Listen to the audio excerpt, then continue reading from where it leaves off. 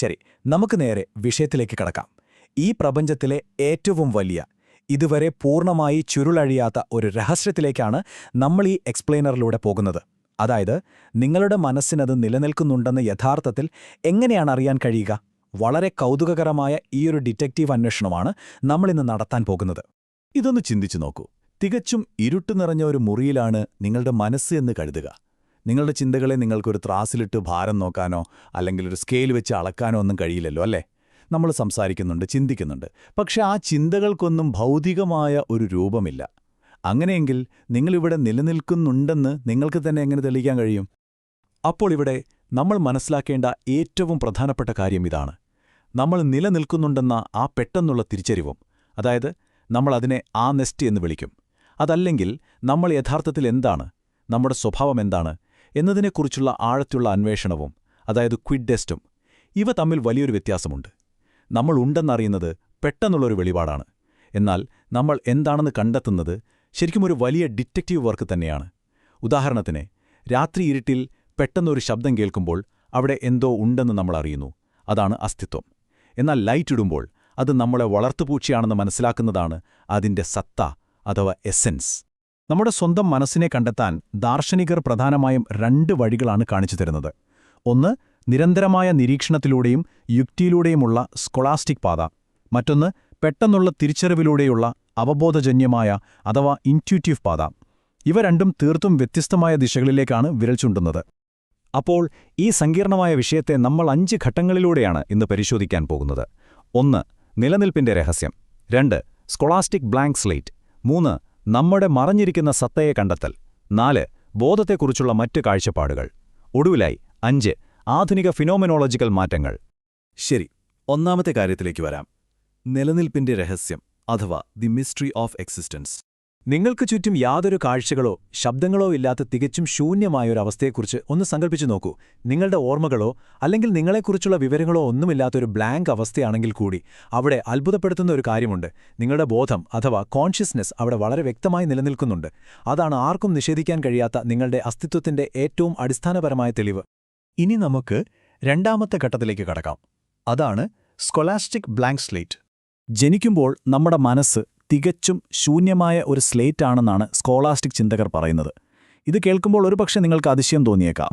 ഒരു ചൂടുള്ള പിസ്സ കഴിക്കാൻ ആഗ്രഹിക്കുന്നതോ അല്ലെങ്കിൽ കാലിലെ വിരൽ എവിടെയെങ്കിലും തട്ടുന്നതോ ഒക്കെയായ സാധാരണ കാര്യങ്ങൾ നമ്മുടെ ശരീരത്തിലൊരു മോഷൻ സെൻസർ പോലെയാണ് പ്രവർത്തിക്കുന്നത്. വലിയ ലോജിക്കൽ ചിന്തകളൊന്നുമില്ലാതെ തന്നെ ഇത്തരം ചെറിയ പ്രവൃത്തികൾ നമ്മൾ നിലനിൽക്കുന്നുണ്ടെന്ന ബോധം പെട്ടെന്ന് നമ്മളിൽ ഉണർത്തുകയാണ് ചെയ്യുന്നത്. പ്രശസ്ത ചിന്തകനായ തോമസ് അക്വിനാസ് ഇത് വളരെ വ്യക്തമായി പറയുന്നുണ്ട്. നമ്മളിലേക്ക് തന്നെ നോക്കുന്നതിനു മുൻപ് നമ്മൾ ആദ്യം പുറത്തുള്ള ലോകത്തേക്ക് നോക്കേണ്ടതുണ്ട് എന്ന് അദ്ദേഹം വാദിക്കുന്നു. അതായത്, നമ്മൾക്ക് പുറത്തുള്ളൊരു ഭൗതിക വസ്തു, ഉദാഹരണത്തിന് ഒരു കാപ്പിക്കപ്പ്, നമ്മൾ ആദ്യം കാണുന്നു. ആ കാഴ്ചയെ നമ്മൾ മനസ്സിലാക്കുകയും നമ്മുടെ ബുദ്ധി അതിനെ പ്രോസസ്സ് ചെയ്യുകയും ചെയ്യുന്നു. ഒടുവിൽ അത് നമ്മുടെ അദൃശ്യമായ ആത്മാവിലേക്കെത്തുന്നു. ഇങ്ങനെയാണ് പുറംലോകം വഴിയുള്ള നമ്മുടെ സ്വത്വാന്വേഷണം നടക്കുന്നത്. 3ാമത്തെ ഘട്ടം, മറഞ്ഞിരിക്കുന്ന സത്തയെ കണ്ടെത്തൽ. നമ്മുടെ മനസ്സാകുന്ന എഞ്ചിൻ പ്രവർത്തിക്കുന്നുണ്ടെന്ന് ഇപ്പോൾ നമുക്കറിയാം. പക്ഷേ അതെന്ത് തരം യന്ത്രമാണെന്ന് കണ്ടെത്താൻ നമ്മൾ ശരിക്കും ഒരു ഫിലോസഫിക്കൽ ഡിറ്റക്റ്റീവ് ആകേണ്ടതുണ്ട്.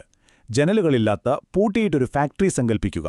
അതിൽ നിന്ന് പുറത്തു വരുന്നത് ഐസ് ക്യൂബുകളാണെങ്കിൽ ആ ഫാക്ടറിക്കുള്ളിൽ ഒരു ഫ്രീസിംഗ് യന്ത്രമുണ്ടെന്ന് നമുക്ക് ഉറപ്പായും ഊഹിക്കാമല്ലോ. അതുപോലെ നമ്മുടെ മനസ്സ് നീതി അല്ലെങ്കിൽ ത്രികോണം പോലെയുള്ള അദൃശ്യവും ഭാരമില്ലാത്തതുമായ ആശയങ്ങൾ ഉൽപ്പാദിപ്പിക്കുന്നുണ്ടെങ്കിൽ അത് നിർമ്മിക്കുന്ന നമ്മുടെ ആത്മാവും തീർച്ചയായും അദൃശ്യവും ഭൗതികമല്ലാത്തതുമായ ഒന്നായിരിക്കണം എന്ന് യുക്തി നമ്മളോട് പറയുന്നു. അതായത്, ഭൗതികമായ ലോകത്തെ ഉപയോഗിച്ച് അദൃശ്യമായ നമ്മുടെ ആശയങ്ങളെ നമ്മൾ ആദ്യം തിരിച്ചറിയുന്നു. അതിനുശേഷം ആ ആശയങ്ങളിൽ നിന്ന് നമ്മുടെ അദൃശ്യമായ സത്തയെ അഥവാ എസെൻസിനെ നമ്മൾ റിവേഴ്സ് എഞ്ചിനീയറിംഗ് വഴി മനസ്സിലാക്കുന്നു. ഇതുതന്നെയാണ് സ്കോളാസ്റ്റിക് ഡിഡക്ഷൻ പ്രക്രിയയുടെ കാതൽ.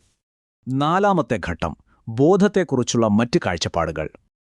ഇതുവരെ നമ്മൾ സംസാരിച്ചത് സ്കോളാസ്റ്റിക് രീതിയാണല്ലോ. എന്നാൽ എല്ലാവരും ഈ വാദം അങ്ങനെ കണ്ണടച്ച് അംഗീകരിക്കുന്നില്ല കേട്ടോ. സ്കോളാസ്റ്റിക് ചിന്തകർ മനസ്സിനെ ശൂന്യമായൊരു ഹാർഡ് ഡ്രൈവ് പോലെ കാണുമ്പോൾ റെനെ ഡെക്കാർട്ടിനെ പോലെയുള്ളവർ ഇത് തികച്ചും വ്യത്യസ്തമായാണ് കാണുന്നത്. അവരുടെ അഭിപ്രായത്തിൽ മനസ്സ് ശരീരത്തിൽ നിന്ന് വേറിട്ടതാണ്.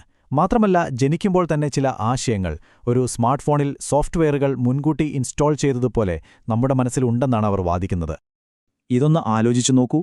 ഓർമ്മ നഷ്ടപ്പെട്ട് ഉറക്കമുണർന്നിട്ട് ചുറ്റുപാടിൽ നിന്നുള്ള ചെറിയ തെളിവുകൾ ശേഖരിച്ച് സ്വന്തം വ്യക്തിത്വം കണ്ടെത്തുന്നതാണോ ശരി, അതോ ഉറക്കമുണരുമ്പോൾ തന്നെ നിങ്ങൾക്ക് നിങ്ങളെക്കുറിച്ച് വ്യക്തമായി അറിയാമെന്ന അഗസ്റ്റീനിയൻ വിശ്വാസമാണോ ശരി? ഈ വിഷയത്തിലെ വളരെ പ്രധാനപ്പെട്ടൊരു സംവാദമാണിത്.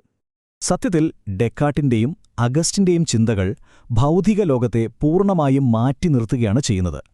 സ്കൊളാസ്റ്റിക് ചിന്തകരെപ്പോലെ പുറത്തേ ലോകത്തുനിന്ന് തെളിവുകൾ ശേഖരിക്കുന്നതിനു പകരം ആത്മാവിന് സ്വന്തം സത്തയെ നേരിട്ട് കാണാനും മനസ്സിലാക്കാനും കഴിയുമെന്ന് അവർ ഉറച്ചു വിശ്വസിച്ചു. ഇതിനെയാണ് നമ്മൾ ഡയറക്റ്റ് ഗേസ് എന്ന് വിളിക്കുന്നത്. അവസാനമായി 5ാമത്തെ ഘട്ടം, ആധുനിക ഫിനോമെനോളജിക്കൽ മാറ്റങ്ങൾ. ഇനി 20ാം നൂറ്റാണ്ടിലെ ആധുനിക ചിന്തകർ ഇതിനെ എങ്ങനെ കണ്ടു എന്ന് നമുക്ക് നോക്കാം. ജീൻ പോൾ സാർത്രെ വളരെ രസകരമായൊരു ഉദാഹരണം ഇതിനായി പറയുന്നുണ്ട്. മേശപ്പുറത്തിരിക്കുന്ന സിഗരറ്റുകൾ നിങ്ങൾ എണ്ണുമ്പോൾ അവിടെ നിങ്ങൾ നിലനിൽക്കുന്നുണ്ടെന്ന് നിങ്ങളെ ഓർമ്മിപ്പിക്കാൻ രണ്ടാമതൊരു ചിന്തയുടെ ആവശ്യമില്ല. ആ എണ്ണുക എന്ന പ്രവൃത്തിയിൽ തന്നെ നിങ്ങളുടെ അവബോധം അടങ്ങിയിട്ടുണ്ട്. ഇതിനെയാണ് അദ്ദേഹം പ്രീ റിഫ്ലക്റ്റീവ് അവെയർനെസ് എന്ന് വിളിക്കുന്നത്. ചുരുക്കത്തിൽ പറഞ്ഞാൽ, സ്കോളാസ്റ്റിക് രീതിയിൽ ആത്മാവിനെ കണ്ടെത്താൻ വ്യക്തമായ ഓരോ പ്രവൃത്തികൾ വേണം.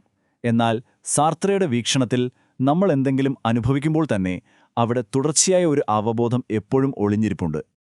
ഇന്നത്തെ ആധുനിക സൈക്കോളജി പലപ്പോഴും വികാരങ്ങൾക്ക് അഥവാ ഇമോഷൻസിന് കൂടുതൽ മുൻഗണന നൽകുന്നുണ്ട്. എന്നാൽ യുക്തിയുടെ പിൻബലമില്ലാതെ വെറും വികാരങ്ങളെ മാത്രം ആശ്രയിക്കുന്നത് വളരെ അപകടകരമാണെന്ന് നമ്മൾ ഓർക്കണം. കാരണം അത് നമ്മെ നമ്മുടെ മാത്രം ചിന്താലോകത്ത്, അതായത് സബ്ജക്റ്റിവിസത്തിൽ തളച്ചിടുകയും യഥാർത്ഥ ലോകത്ത് നിന്ന് നമ്മെ പൂർണ്ണമായും അകറ്റുകയും ചെയ്യും. ആത്യന്തികമായി നോക്കുകയാണെങ്കിൽ തോമസ് എക്വിനാസിന്റെ ഹൈലോമോർഫിക് വീക്ഷണമാണ് ഇതിൽ ഏറ്റവും മികച്ച ഒരു മധ്യപാതം നമുക്ക് നൽകുന്നത്. കേവലം ഭൗതികവാദത്തിൽ നിന്നോ അല്ലെങ്കിൽ വികാരങ്ങളെ മാത്രം ആശ്രയിക്കുന്ന രീതിയിൽ നിന്നോ ഇത് നമ്മെ രക്ഷിക്കുകയും അദൃശ്യമായ ബുദ്ധിയെ ഭൗതിക ലോകവുമായി വളരെ മനോഹരമായി സമന്വയിപ്പിക്കുകയും ചെയ്യുന്നു. അപ്പോൾ ഇവിടെ എനിക്ക് നിങ്ങളോട് ചോദിക്കാനുള്ള വളരെ പ്രധാനപ്പെട്ട ഒരു ചോദ്യം ഇതാണ്. നമ്മുടെ മനസ്സ് ഉണർന്നിരിക്കാൻ ഭൗതിക ലോകവും അതിലെ ഇടപെടലുകളും അത്യാവശ്യമാണെങ്കിൽ നമ്മൾ ഈ യാഥാർത്ഥ്യങ്ങളിൽ നിന്ന് മാറി പൂർണ്ണമായും നമ്മുടെ വികാരങ്ങളിലേക്ക് മാത്രം ചുരുങ്ങിയാൽ എന്ത് സംഭവിക്കും? സത്യത്തിൽ നമ്മെ സ്വയം അറിയാൻ സഹായിക്കുന്ന ആ കണ്ണാടികൾ തന്നെ ഇല്ലാതാവുകയല്ലേ ചെയ്യുന്നത്? ഇത് നമ്മൾ തീർച്ചയായും ചിന്തിക്കേണ്ട ഒരു കാര്യമാണ്. ഈ എക്സ്പ്ലെയിനർ നമ്മൾ അവസാനിപ്പിക്കുമ്പോൾ നിങ്ങളെ ചിന്തിപ്പിക്കുന്ന മറ്റൊരു ചോദ്യം കൂടി ഞാൻ ചോദിക്കാം. നാളെ നിങ്ങൾ പുതിയതായി എന്തെങ്കിലും ഒരു സത്യം മനസ്സിലാക്കുമ്പോൾ അല്ലെങ്കിൽ ഒരു വലിയ പ്രപഞ്ചസത്യം തിരിച്ചറിയുമ്പോൾ നിങ്ങളുടെ ആത്മാവിന്റെ അനശ്വരമായൊരു തലത്തെയാണ് നിങ്ങളവിടെ ഉപയോഗിക്കുന്നതെന്ന് നിങ്ങൾക്ക് ഓർക്കാൻ കഴിയുമോ? തീർച്ചയായും നിങ്ങളുടെ മനസ്സിന്റെ ഈ വലിയ പ്രവർത്തനങ്ങളെക്കുറിച്ച് കൂടുതൽ പഠിക്കാനും പര്യവേഷണം ചെയ്യാനും ഈ വിവരങ്ങൾ നിങ്ങളെ പ്രേരിപ്പിക്കുമെന്ന് ഞാൻ വിശ്വസിക്കുന്നു. അപ്പോൾ മറ്റൊരു മികച്ച വിഷയവുമായും നമുക്ക് വീണ്ടും കാണാം.